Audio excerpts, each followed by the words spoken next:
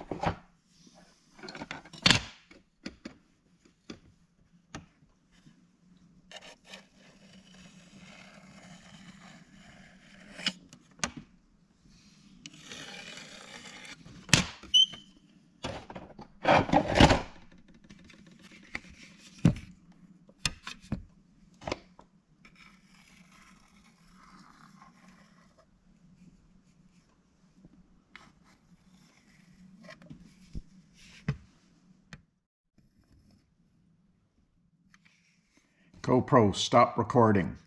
I was initially going to add some red down to the palette, but I thought, well, let's just keep using up the paint on the palette. I wanted the red, not to use the red, but to have the orange in there. So I've got a sort of a light yellow, and I'm going to use the burnt sienna to go into the orange. Burnt sienna is a dark desaturated orange. We're going to make it a bit lighter than that, so I think we'll just take a little bit of that there, maybe a bit more than we got. So that's a yellow medium in there right now, and mixed with a bit of yellow ochre. So now I'm going to come up and push that more into the orange side. Keep in mind this is just background, very little of this is going to show. And so I'm just going to blur the two lines there. And we'll just go through and smooth that out. One of the things when you're smoothing something out, you bring it down slowly. You don't pick it up and move it down there, because that's going to bring that dark color down. So we'll just smooth that out. So don't lift, just gradually work your way down. The faster you work down, the more you're going to blend the two colors together. So we'll just GoPro stop recording. Stagrifo is a form of Italian pasta. No, it's drawing in wet paint, and you use, to draw on that wet paint, you can use anything, but the most effective tool is a color shaper. And so these ones arranged here are Royal Sovereign, made in England, and they have, you'll notice that this tip is white, this tip is gray, and this one is black. Each is significantly harder than the other. Most of the ones I use are the softest one. Keep in mind that there are some out there that are red in color, and they are actually sculpture tools. They're much stiffer and meant for moving clay around, not paint. Now, why you want a nice soft one is these are basically squeegees. And so you're squeegeeing the paint off in places, which we'll get to in a minute. So you may have heard that size matters. And in the case of color shapes, it doesn't. Or is the rule size doesn't matter? I can't remember. Never been a problem. So the difference between this little tiny one and this big one is very negligible in the working of the very small size and the very large. This is the largest one and the smallest one I've seen.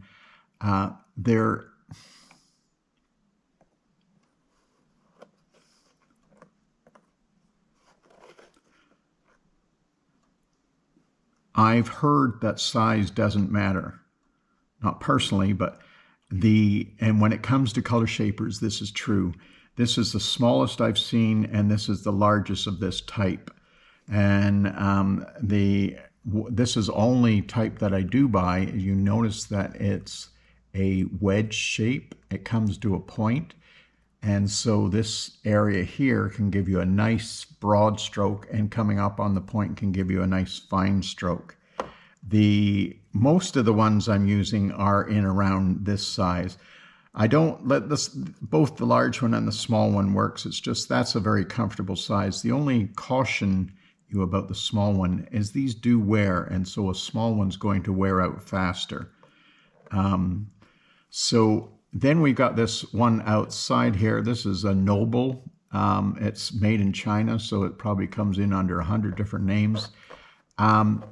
It's as soft as the white. The color doesn't tie into, so it's nice and flexible, works well, and it's generally about a third of the cost of the Royal Sovereigns, and it works just as well. It's a shorter handle, but I've never had any problems with it. So if you can find those, they're great to go for. But the Royal Sovereign, they come in a huge variety of sizes and shapes, and this is the only shape that I ever use. I'm sure there are others out there that use some of the broad shapes, or sometimes people just buy them because they like tools. I sort of fall into that category. So the first thing you have to consider is the background for color shaping on. Color shaping always requires a background. And so I'm doing something roughly at 1/3, 2/3 mark. I just want a little bit more space for the trees that are going to be up here. And I think that should be enough space for the grasses down below. So we'll just take a look at what colors. We have a nice drooly palette. So we're going to start off.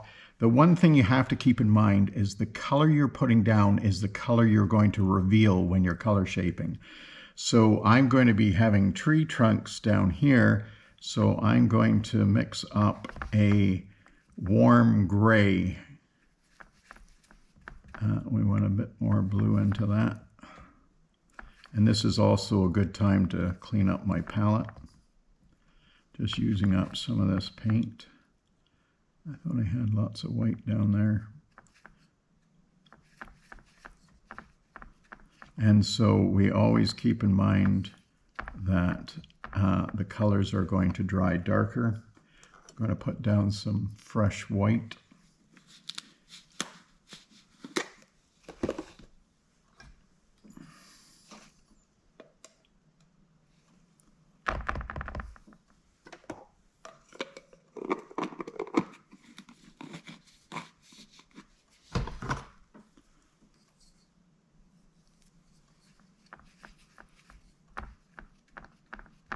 I think we need a bit more blue into that.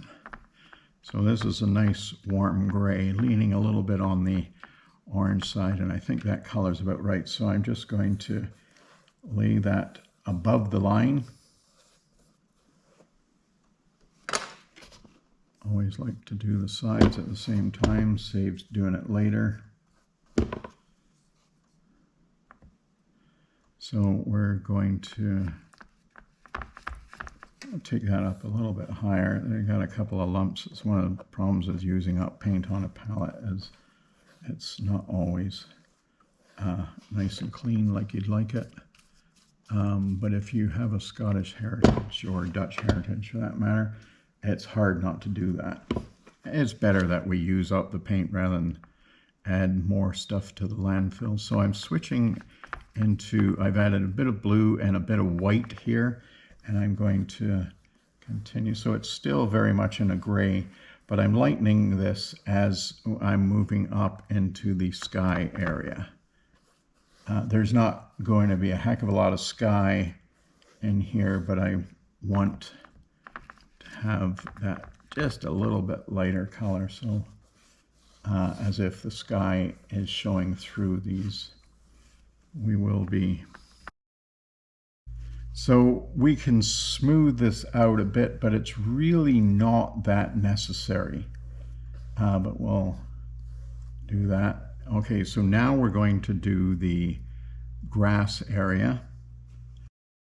I was initially going to add some red down to the palette, but I thought, well, let's just keep using up the paint on the palette. I wanted the red, not to use the red, but to have the orange in there.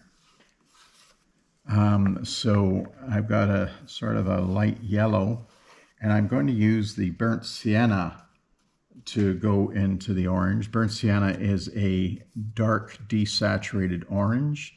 We're going to make it a bit lighter than that. So I think we'll just take a little bit of that there, maybe a bit more than we got. So that's a yellow medium in there right now, and mixed with a bit of yellow ochre. So now I'm going to come up and push that more into the orange side. Keep in mind this is just background, very little of this is going to show, and so I'm just going to blur the two lines there. And we'll just go through and smooth that out. One of the things when you're smoothing something out, you bring it down slowly. You don't pick it up and move it down there, because that's going to bring that dark color down. So we'll just smooth that out. So don't lift, just gradually work your way down. The faster you work down, the more you're going to blend the two colors together. I'm just going to show you a way to clean a Stay Wet palette that you don't have to throw out the paper each time. We can just scrape the unwanted or colors that have are no longer really viable. But right now we're not going to want this yellow until much later, and there isn't that much there. But I'm thinking that this color has sort of dried up on us a bit, so we can just scoop that up. And so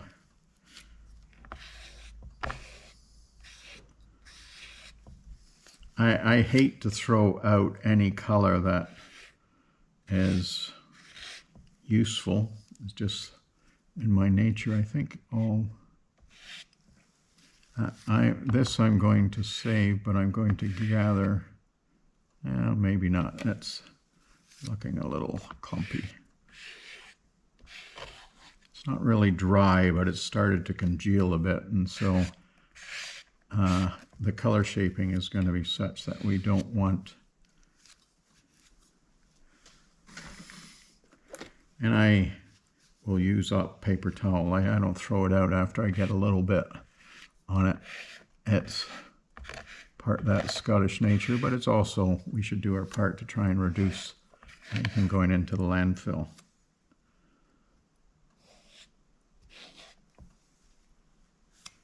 I think that's...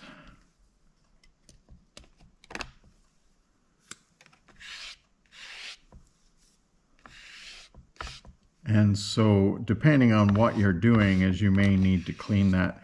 You can clean this right off and run it underwater, and the paper will be stained, but it will. So I'm going to mix up a color very similar to what I have down there already in the trees, but it's going to be slightly darker than what we've got down there. You can color shape about 3 colors. After 3 colors, you pretty much cover the background that you started with. Later, I think we could afford to be a little bit grayer than what we've got there. So we'll add some blue into that. And when you're color shaping, having it thin is key. Like, you don't want it too thick so that you leave ridges, but you also don't want it so thin that it fills back in, as in you can see in this sample here.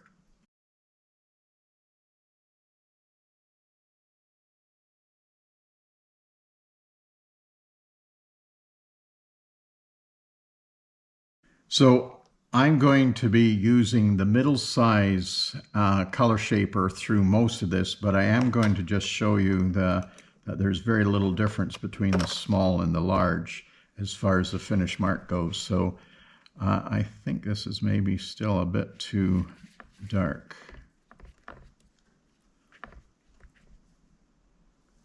So, and that's maybe got a little too cool.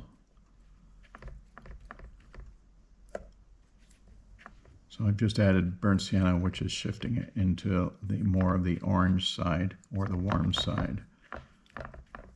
And so I'm just going to add some more water. That seems to be about the right consistency.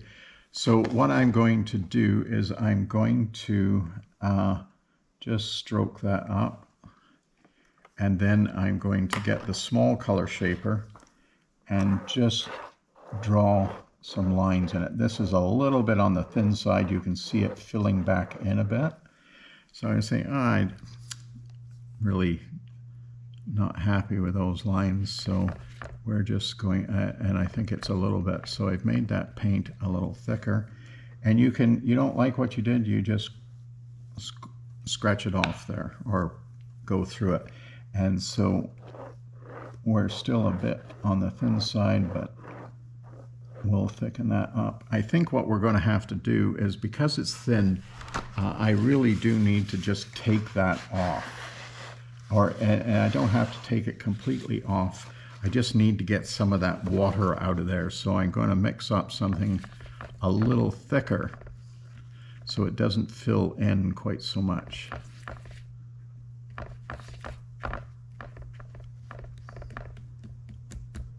So we'll come in there and try that. And we've got a little unmixed color on the brush, but we're not going to worry about that, and just add a little bit more interest. So now you see that holds the line quite a bit better. And so we're going straight off the edge. We're not doing much more than scribbling. And so then we're going to, it's important when you don't cover the whole canvas. You have to do it in stages. Otherwise the paint is going to dry. So I'm just putting that down there. And now I'm going to use the large color shaper.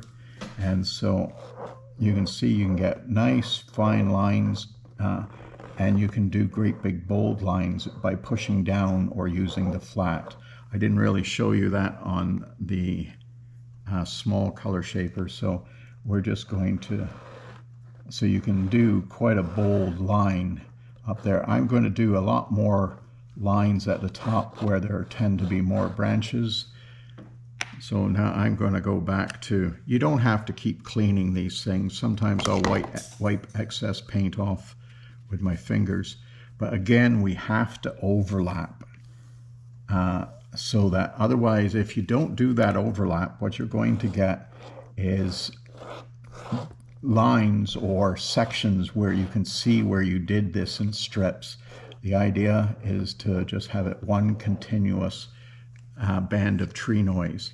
And I refer to this as tree noise because I will be painting trees over top of this, but this is a great way to get a large number of trees in fairly quickly.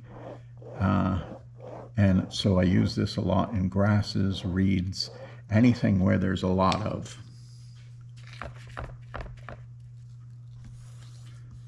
Now, one of the things we can do is I'm just going to shift this color a little bit into the orange just because we can.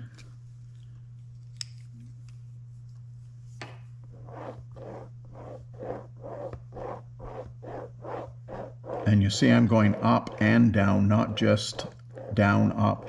The main reason I go up and down, speed is essential here because it's going to dry on you if you take too much time. I don't like how low I came down with that color.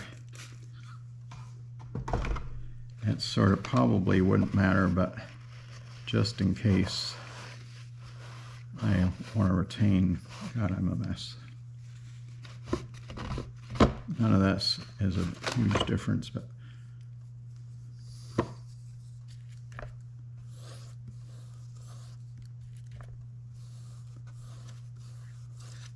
and you get an idea of how much paint you can lay down. It's never the same on any given day.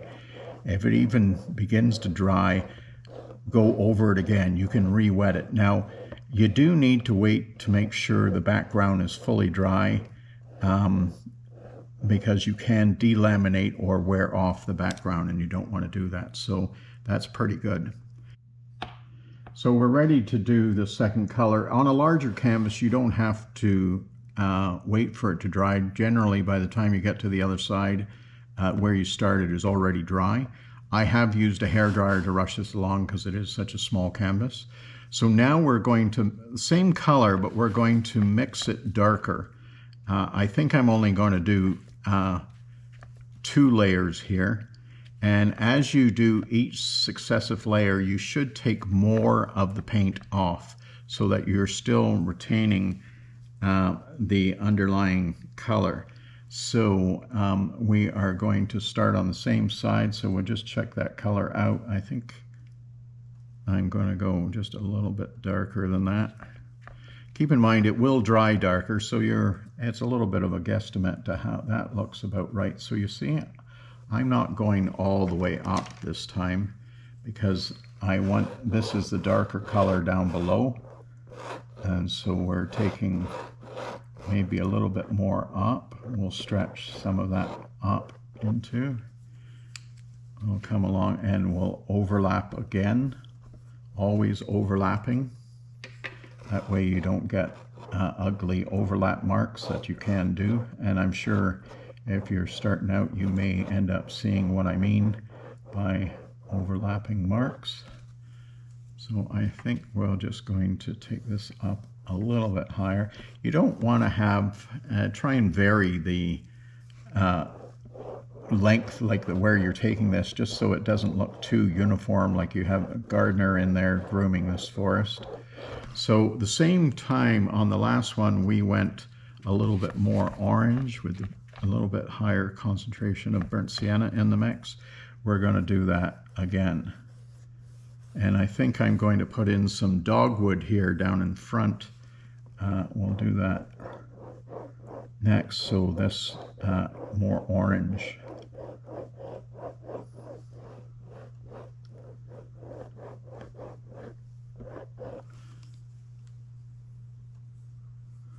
I'm not entirely satisfied with the way that. Just going to soften that a little bit. I didn't like how hard that transition. Just get a little. So what I did there, I gotta remember not to stop talking, but so this is just a wet brush and I'm just softening that upper edge and then going back in and restoring the strogrifo or the color shaping. So we'll come back and put a little bit more. And so you can see I'm not using a terrific amount of paint here. It's a good Scottish technique.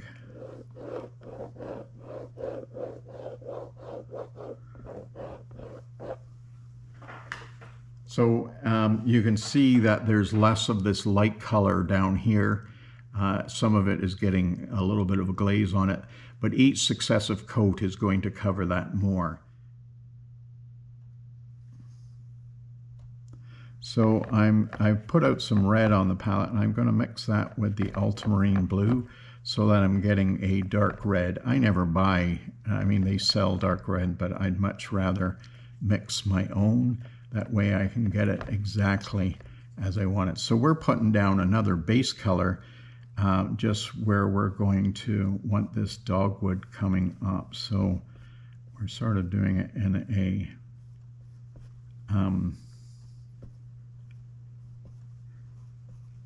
dogwood-like growth. So dogwood's a low-growing shrub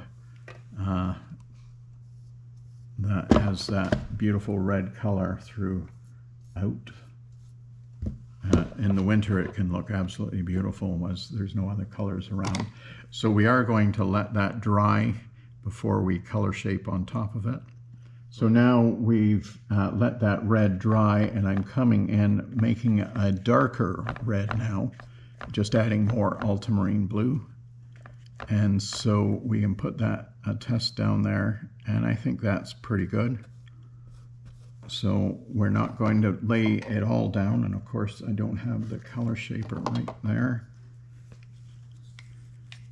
So I'm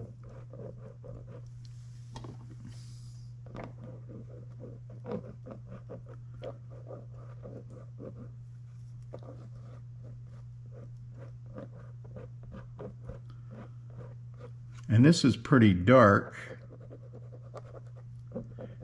But you got to remember, these are the shadow colors. I'm going to come back in after and put in the lighter reds of the highlights. That applies to the trees as well as the grass. Like I'm never, when I'm laying the base color down, it's never about laying down the most intense color. It's picking something just below the lightest or most saturated color.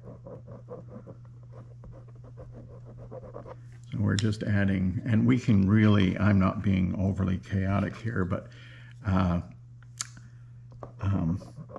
dogwood can be quite chaotic in its growth pattern.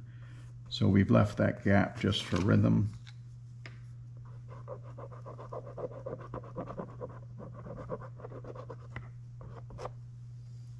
Okay, so we'll let that dry and we'll move on to the snow.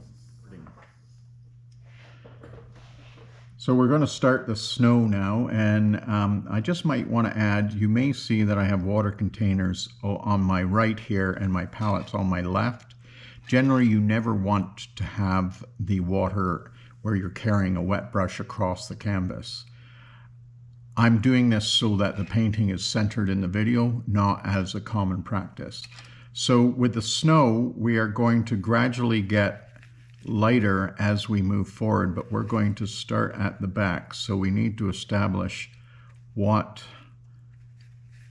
level we want that at. So I'm using just ultramarine blue and white. There might be a little contamination coming in from the burnt sienna in there, but not too much. And so I'm thinking this looks pretty light, but I think it's going to be fine. So just want to make sure before I start painting. There it is. I got the color shaper. So now I'm going to, in the actual reference, it's pretty straight across, but I'm going to make it a little bit more interesting. And so you see I'm doing just a narrow row there because we're going to be creating layers. So I think I don't really want that to go up too high, so I can wipe off the excess paint with my fingers. And so what I'm trying to do is expose the yellow underneath as the grasses. This is the first snow of the year. I think we're brave enough to get out and ski on barely enough snow. And so the grasses haven't been knocked down by the snow yet. There just isn't a heavy enough load. So we got these beautiful grasses poking up. And even though this is not a sunny day, the colors really look quite amazing, especially when you're in person. That's one of the things. It's good to work from your own photographs because you have a memory of what that was like. And because sometimes the photos can look a little drab. You can mess with the photos, but it's not something I particularly care to do because usually you mess them too much. It's like HDR on your camera, high dynamic range. I find it's flattens the pictures too much. Yes, the colors get saturated, but it looks very artificial to me.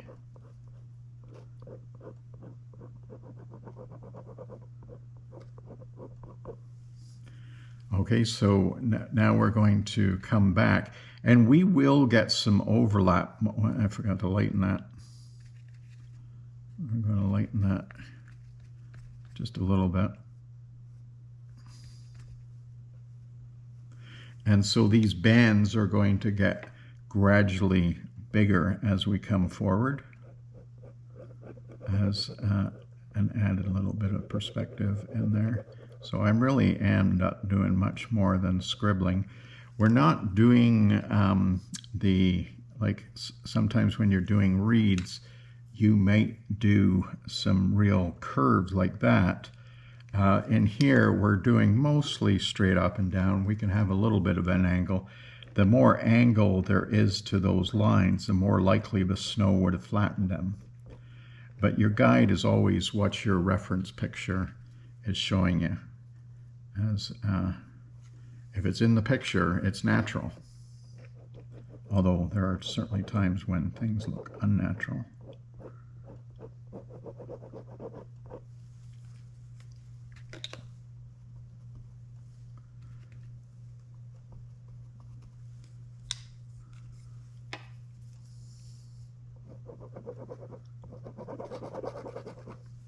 So you can see what I was talking about earlier about there's sort of an overlap line, and you can work at getting rid of that a bit, but it's a lot easier while the paint is still wet up above. But in this, I'm not too worried about it because I am going to be painting over top of that. So I'm going to add some more white now.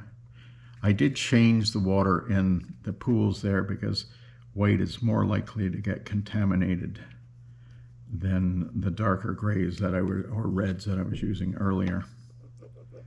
So we're getting a little cocky, doing a little bit more. But like I say, if it dries on me, I can always go back over it with a wet brush and reactivate it to a point, like obviously not days later or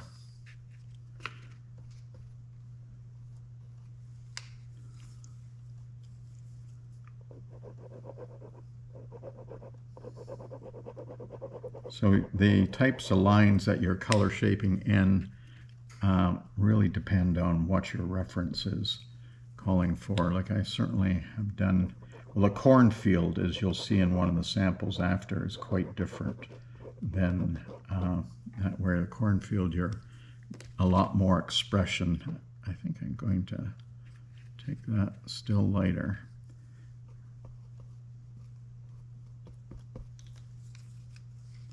I took that up to the second level as well.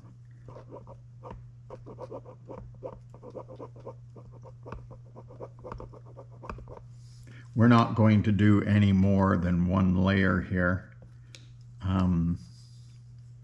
because we'll lose too much of the yellow-orange color. We will be painting negatively through that later. I'll just try and get this. Make sure that you are done before you move on, not like I did there, tearing ahead.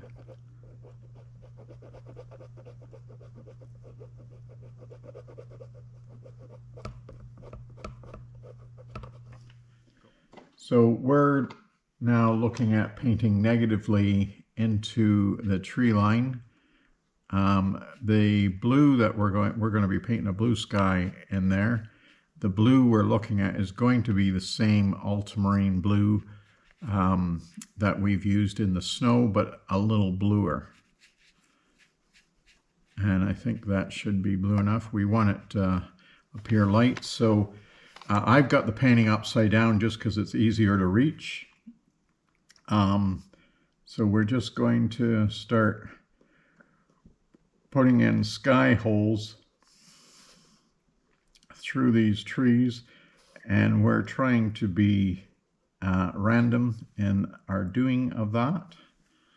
So we're picturing the light lines as the tree trunks, and the dark is the space between. Down below it's shadow, but here it's just to be painted out in blue.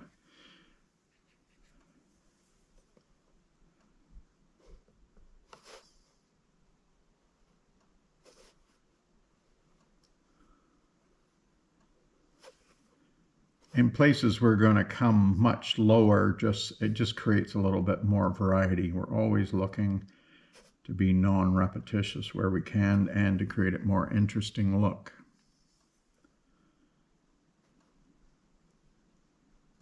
I'm using a number 6 rigger at the moment.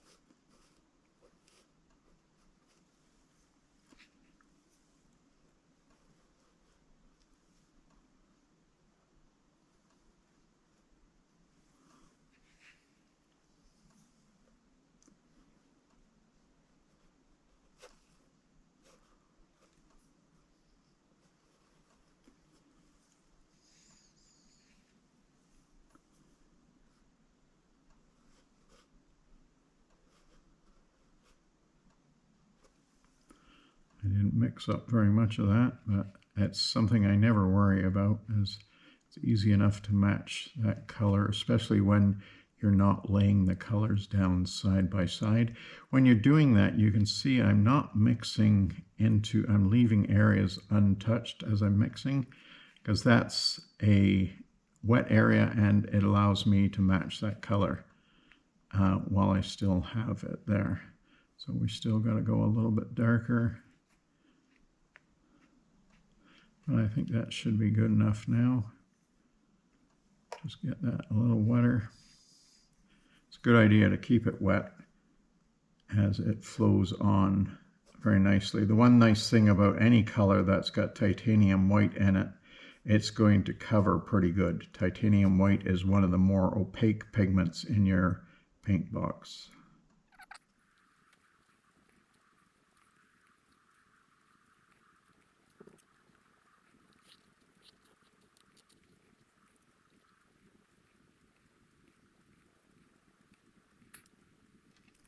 I'm going to switch to a number 2. No, it's actually a number 1 rigger, and so I'm just going to come back and do some smaller dabs. These aren't actually that much smaller at the moment because the brush has quite a bit of paint on it.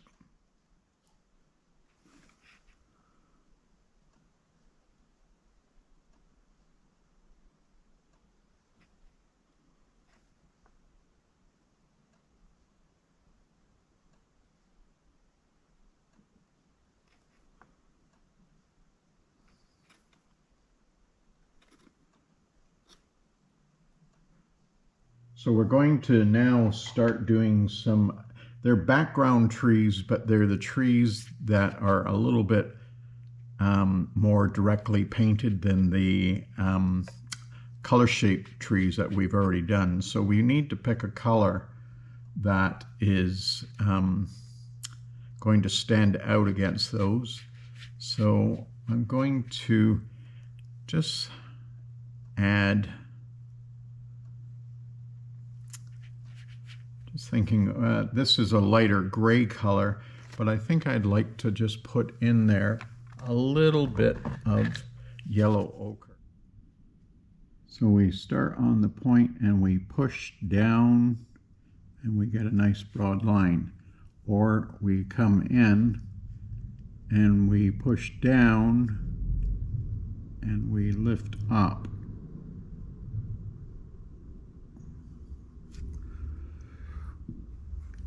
That's with a number 6, and so this is a number 1. Just hold that. So we'll just pull along and push down. So that's a fully loaded brush. So it's, and then we're going to push down.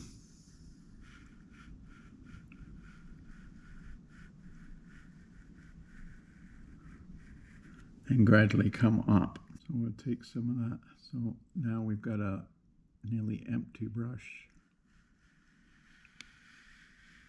And so we can start off with a fairly thin line.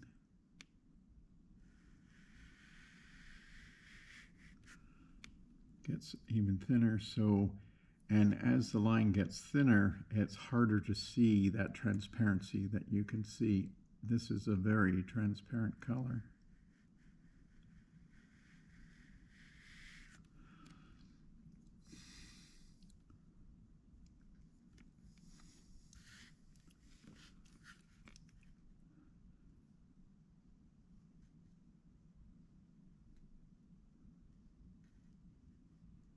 This is just a mix of pushing down and lifting up.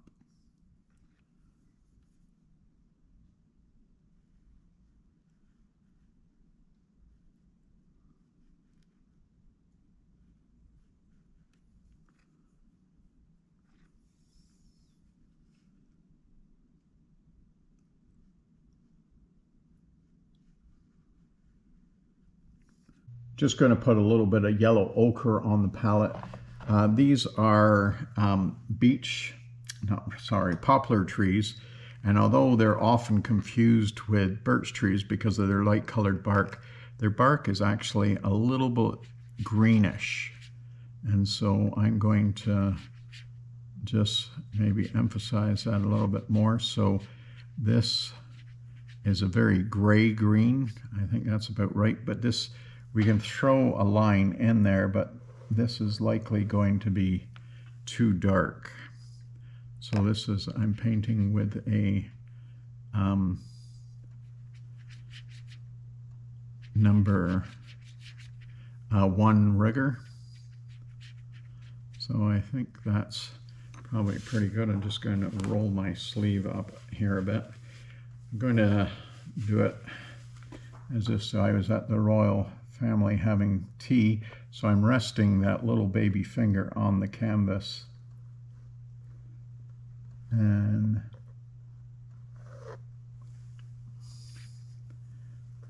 just to take the shake out of my hand, or take some of it out.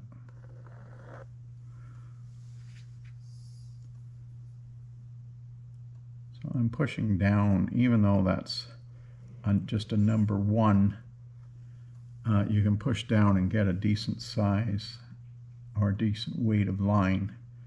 And then we're just fading that up. These trees have a very pronounced upward angle to their branches.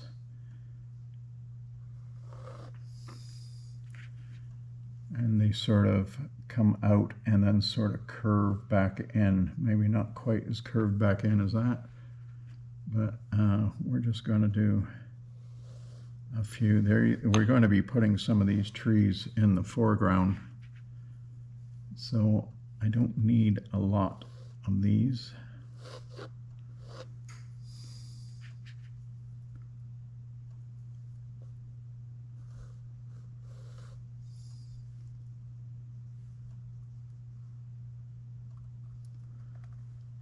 This one, I've actually got that in front of the dogwood.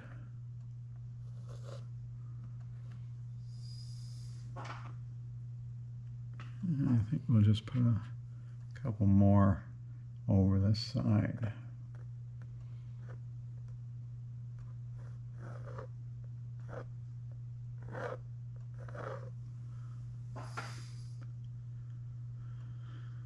Okay, so now most of these trees seem to be in front of the dogwood, so we're going to, the foreground trees, so we're going to switch to the red color. Unfortunately, I forgot to put the lid on my palette when I went for lunch, so it's a little bit drier than it should be. So if you are left-handed, you should probably, it's definitely easier to work from the starting on the right-hand side, so that you're not potentially dragging your hand through the paint, the wet paint.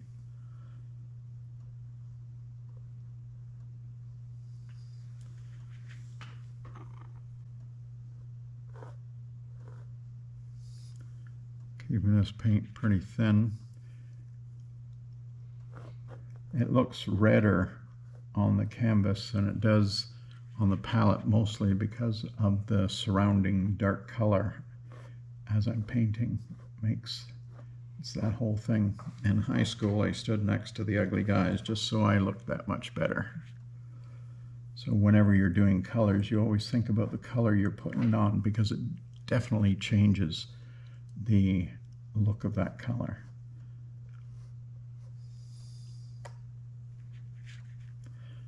There's a whole series of optical illusions that make their mind think colors are different when in actual fact they're the same. It's just the background color that's changed.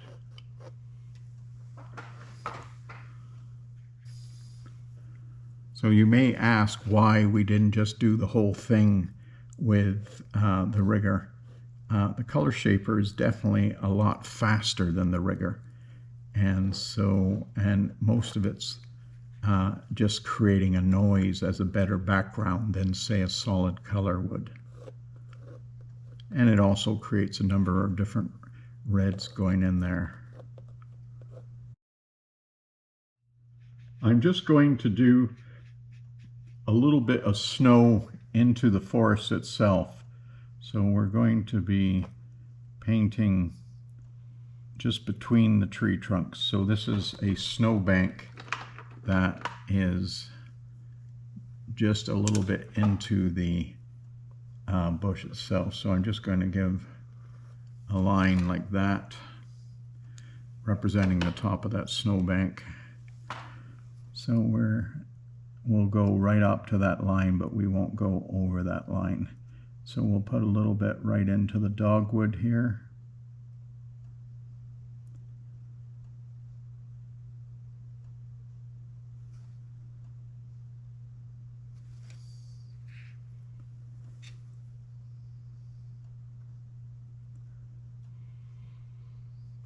There's other paintings of this reference photo that you'll see that I did a lot more snowbank deeper in the woods, but they're vertical paintings, so there was more room to do that. This is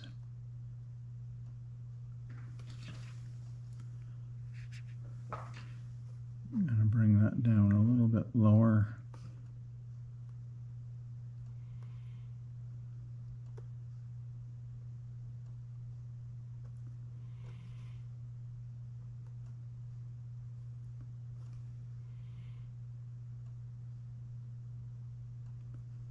Going to fatten some of those up a little bit.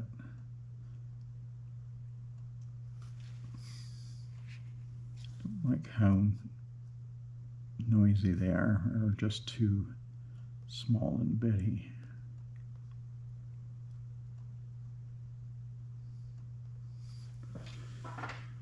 Okay, so we'll just give that, I know we don't, that red is dry enough mostly in places, so we're just going to look at these foreground trees. I don't know if I'll put as many of them in as what's on there, but we're going to use that same color there, but we're going to make it quite a bit whiter. So I think we'll just throw in a little bit more yellow into that.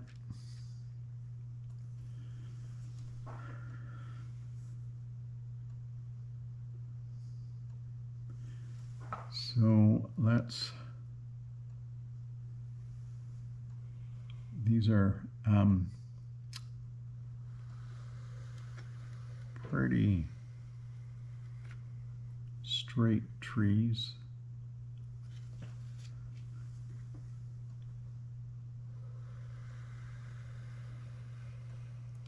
Varying the angle, the spacing, and the thickness of the trees.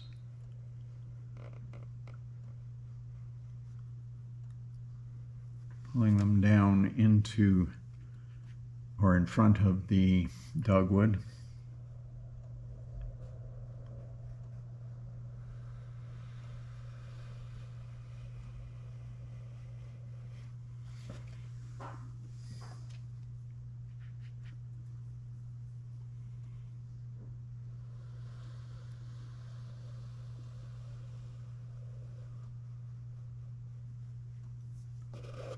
Get some wet red paint.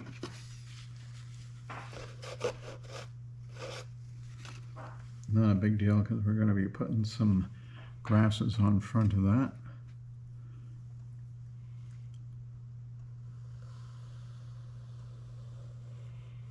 We're going with an odd number of 5. Odds tend to be a little bit more interesting than evens. So I let that dry up a little bit just so that I don't drag my hand through that paint. When you're doing branches, it's definitely easier to a fully loaded brush to come out, but I just find it a little bit more comfortable coming down.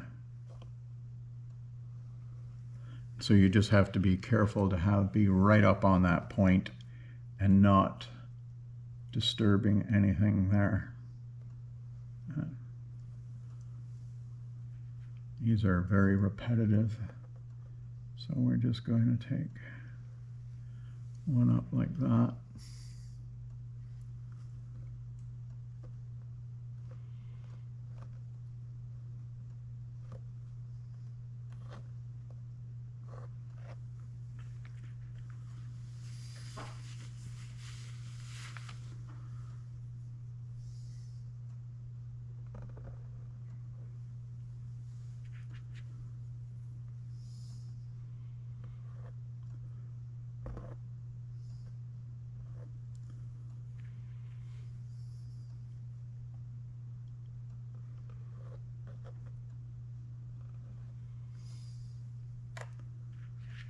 Keep that paint fairly thin because that way it's going to flow nicely off that brush.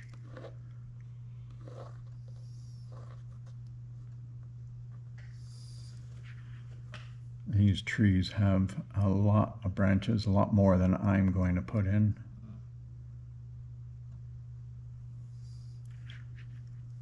This is kind of a stylized or abstracted approach. Still highly representational, but not anything like a photorealist.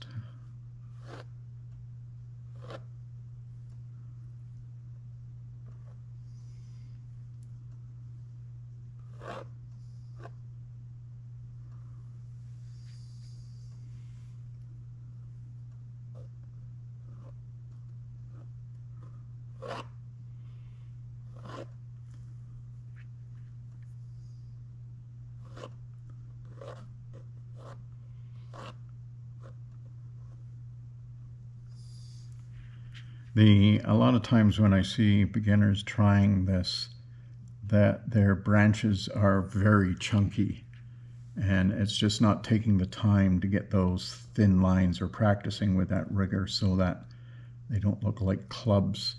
And most of it is getting the paint thin enough so that you don't have to worry about it being fully opaque, because the lines are thin enough that you won't be able to tell that they're semi-transparent.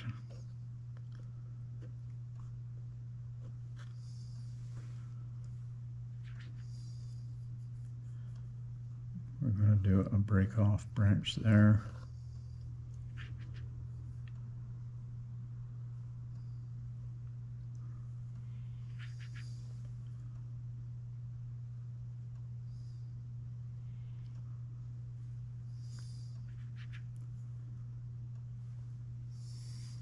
One of the things that's interesting is when you look at the reference picture, you can see that the trunk appears lighter when it's against something dark, but as soon as it moves into lighter into the sky, it's actually darker, or appears darker.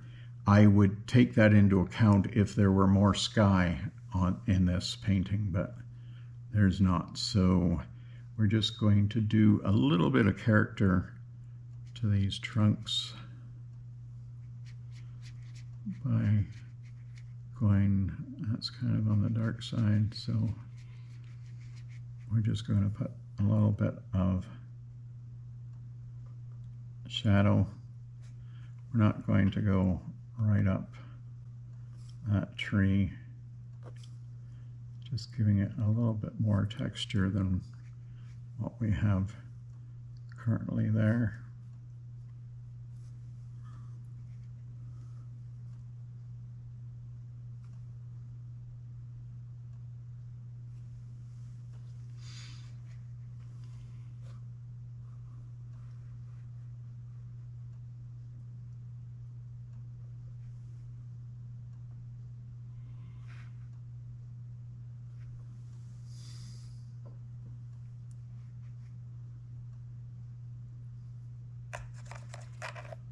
We're just now going to come in and put some highlights. So I've added more white and more yellow ochre.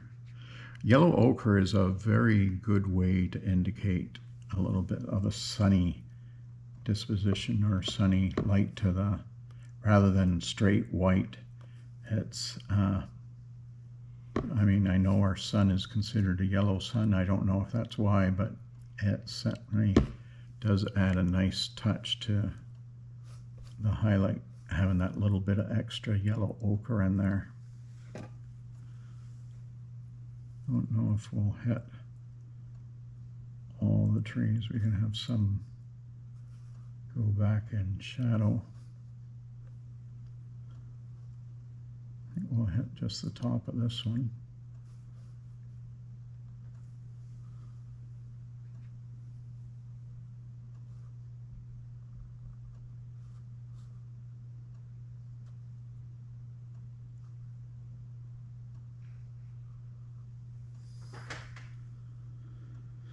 Okay, so now let's take a look at doing some of those grasses. So in the reference, there's a series of yellow grasses sort of at the top. We're going to continue with this number one. So we're just going to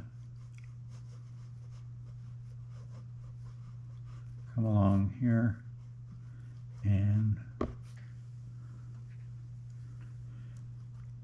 anything will cover any transitions that we're not crazy about, like that blue going up in there didn't look quite right.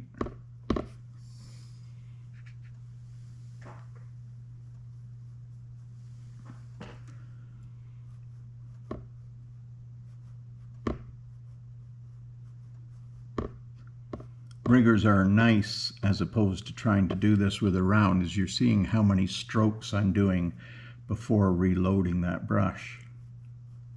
You just have to remember when you just freshly reloaded it, it's going to be a heavier line than when you left off.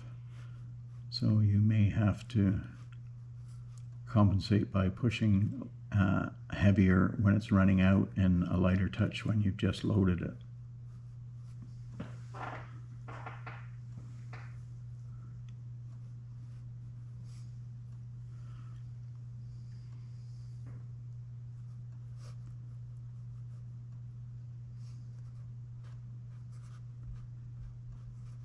Try not to be too even going straight across.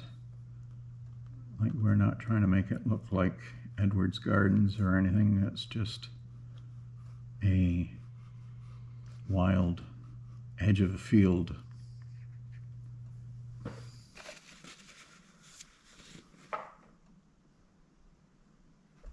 So before I finish that, I'm just going to come in here and shift more into the orange side, or I've just added some burnt sienna to that.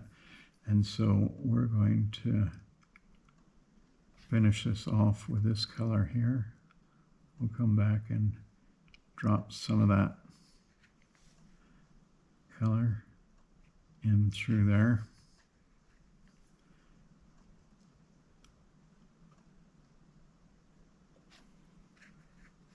It's always nice to vary the color if you can. Just like, I mean, this is a fairly interesting line of grass, but it's that much more interesting having some of these shifts in color. We'll drop some of this in throughout, not a lot, but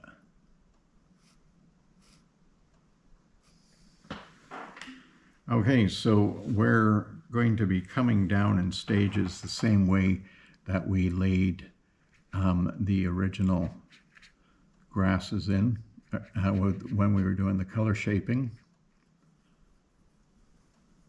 So this time you can see the different rows of where it was color shaped. So what I will do is paint more on top of that seam just to hide that a little bit, make it look. But I'm still going in rows, and this sort of helps with the perspective a bit. We're going a little bit heavier with the strokes, and I'm being fairly spaced in these strokes because I'm going to mix the yellow in with the orange. Coming down a little bit lower with the yellow again, helping to hide that band. So I'm going to come in with a darker color. I think that might be a little too dark. So we'll just bring some of that over into there. We don't want anything too drastic of a change, but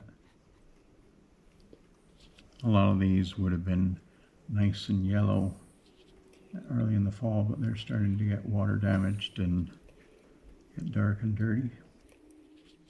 With a rigger, that being able to do more lines without having to reload does make this a very fast process. And I'm not just blindly scribbling here, I'm thinking about where they start, where they end, the spacing.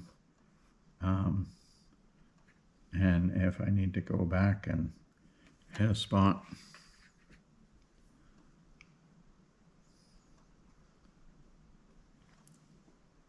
I think I'm going to come into a lighter version.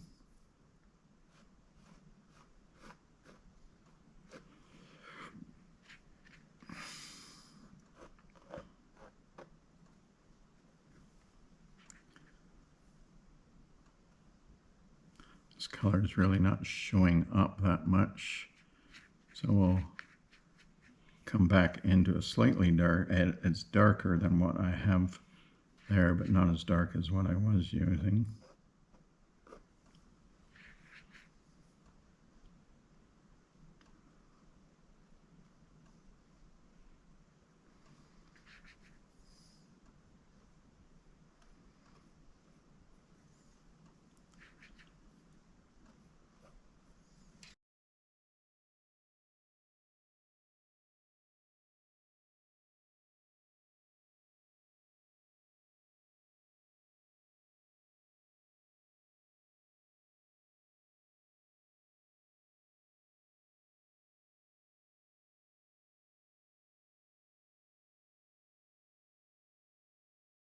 So it's nice to, especially as you come into the foreground, to have a density of strokes in some places, just where the weeds either grew thicker or were a little overlapped.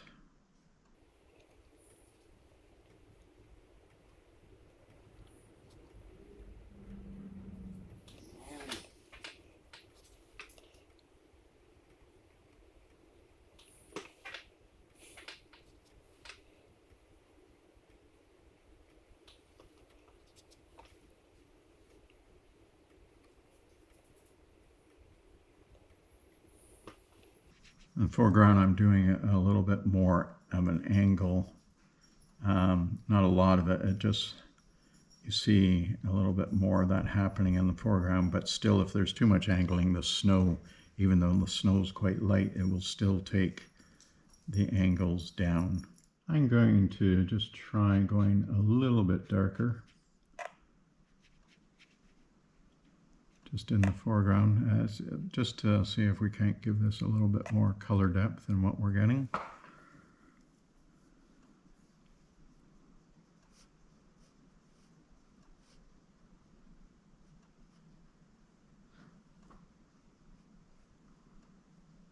We still got lots of that initial yellow coming through from the color shaping.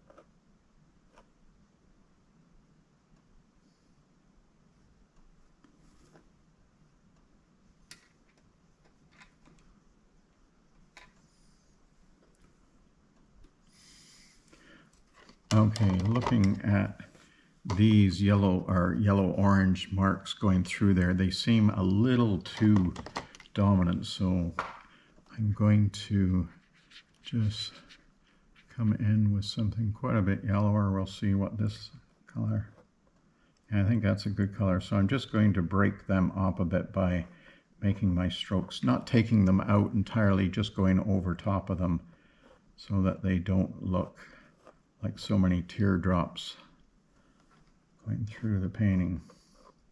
That's what you should always be doing, looking at your painting and thinking, okay, not that, oh my God, it's wonderful, or oh my God, it's terrible. What is it exactly that's not working? And see if you can't address that. There's usually a solution short of gesso over the whole thing. just on that point, I never gesso over, not because I'm brilliant. It's just I want a clean canvas without any bumps. If I'm going to reuse a canvas, which I rarely do, I would just use it for an impasto piece where I'm applying the paint and the previous painting will not show through.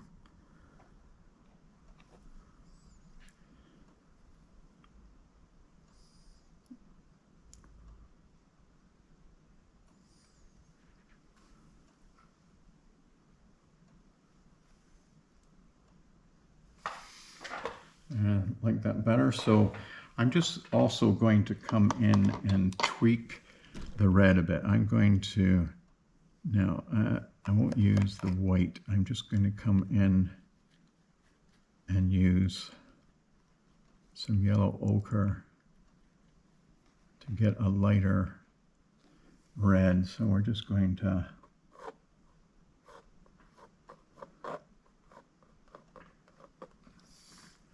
really add some vibrant. Not going to do a heck of a lot of this. We do have to be careful because this, we'll see what it looks like when it dries, but it's definitely drawing a lot of attention to itself there. So we'll get the lines a little bit thinner.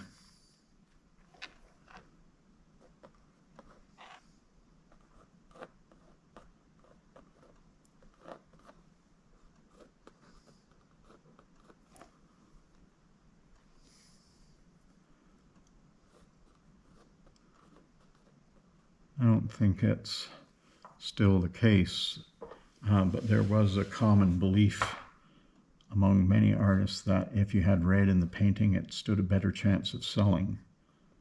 I'm not doing it for that reason. This is all about you, showing you how I'm doing that. So I think that will be enough, except maybe we'll just throw a little bit penetrating down lower.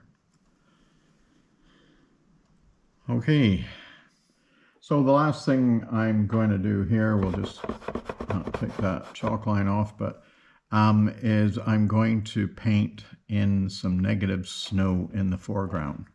So we're going quite white, whiter than what we have done, but still just that hint of blue. And so I think we could, I don't know if I can get much more white out of that before.